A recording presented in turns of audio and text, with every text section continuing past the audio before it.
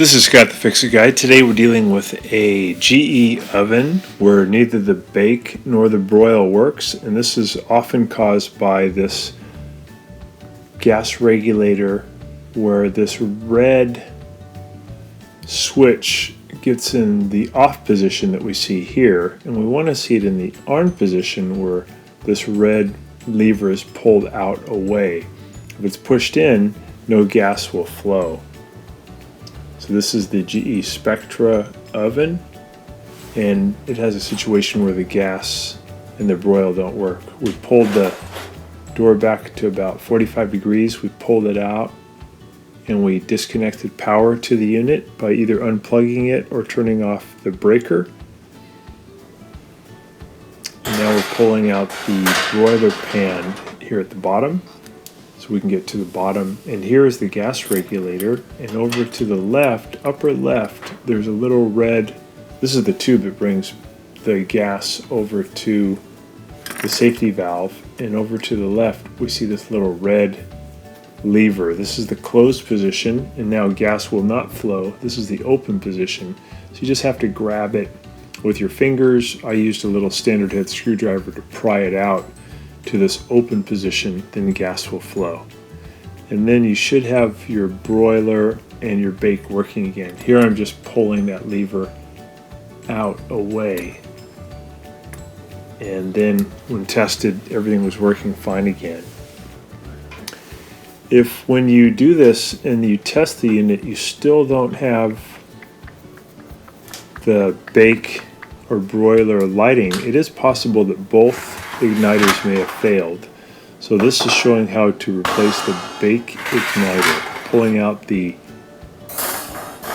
trays here, pulling them out towards you, lifting up a little bit, and we're going to remove the bottom panel. Just a couple of standard head screws, lefty-loosey. The right side here first, and the left side. I'm using a standard head screwdriver to loosen it, and then you can just spin it out with your fingers. Pretty easy to do. And then this pan will just lift up at about 45 degrees, and we can just pull it straight out. So we grab it and lift and wiggle, pull, comes right out. And then we can see the igniter, and we're going to be removing the igniter, but first we have to remove this tube called the Venturi tube. So we're taking out this 1/4 inch screw here at the front. We got the broiler pan removed, and there's two black 1/4 inch screws in the back that are holding on the Venturi. Kind of hard to get to because there's a gas tube in the way, but we remove one. We can spin off the other one.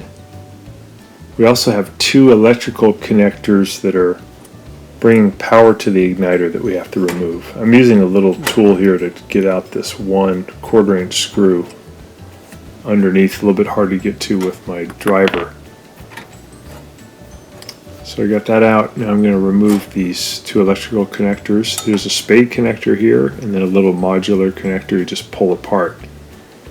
So now the electrical connectors are removed, and the mechanical fasteners holding the Venturi tube in position have been removed.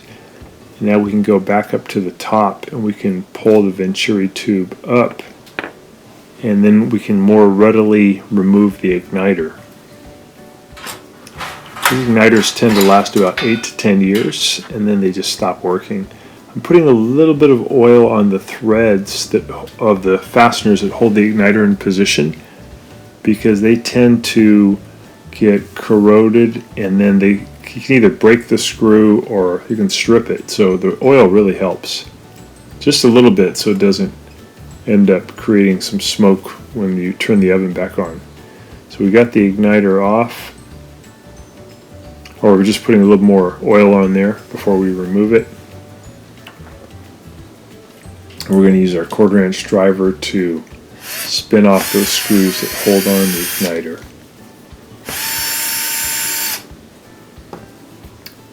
And next thing we have to do is just use our wire cutters to cut off the old wire connectors.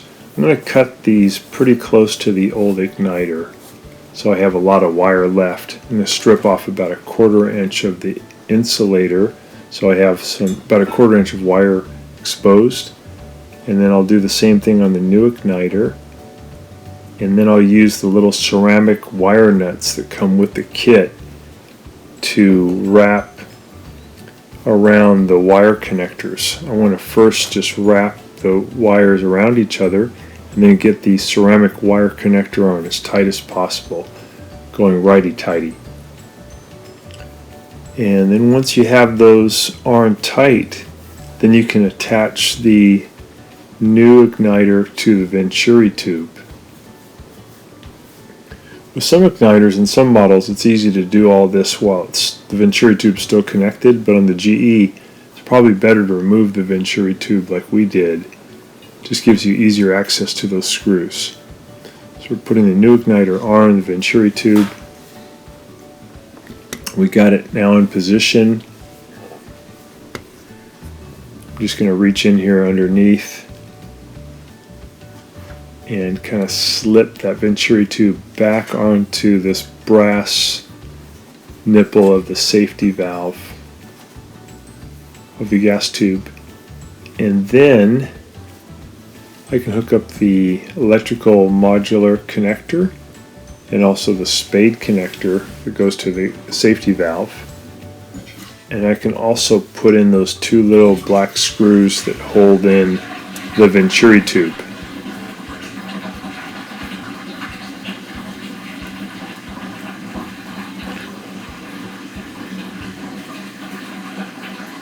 I'm just putting that little spade connector back on. So these connections are pretty easy to take on and off. The Venturi tube is being held on by 3 screws, 1/4 inch screws. 2 here. Just going to line up the bracket with the holes before I put the screws in. So 2 here underneath and then 1 at the top front.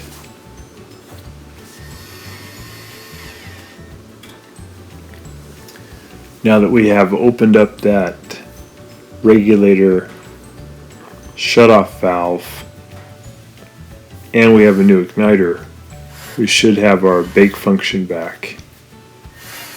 The broiler function still is not going. It's possible that the broiler igniter has failed too, and it's also replaced in the same fashion.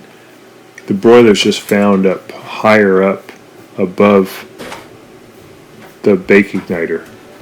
Putting the Venturi tube front piece back in,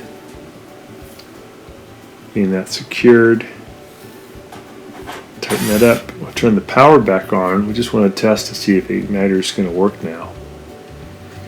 So we set the oven for bake, we set the temperature, I'm going to set it for 350, then I press start. We just stare at the igniter, it takes a little bit, and then it should start to glow. When it gets hot enough, it should let gas flow in and the gas should ignite. There we go. So we have ignition and everything's working fine again. So we're just going to put it all back together. We're going to put the base back in by coming in about 45 degrees and then pushing it down and then putting in the 2 screws that hold it in. Don't have to get these screws that tight, they're not very critical. Just finger tight's fine.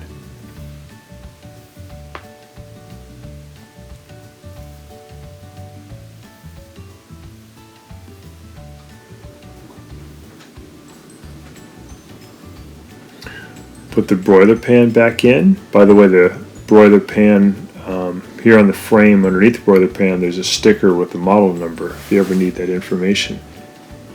And then we'll put in our trays again.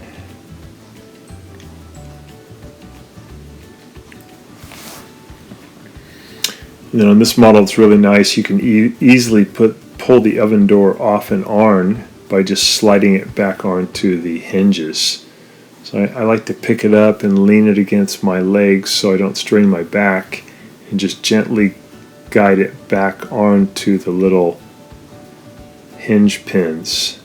Set it down and then just try it a couple times to make sure it's back into position. Alright, and now we have a fully functioning oven again. So thanks so much for watching, and please subscribe to our channel when you get a chance. Thanks again.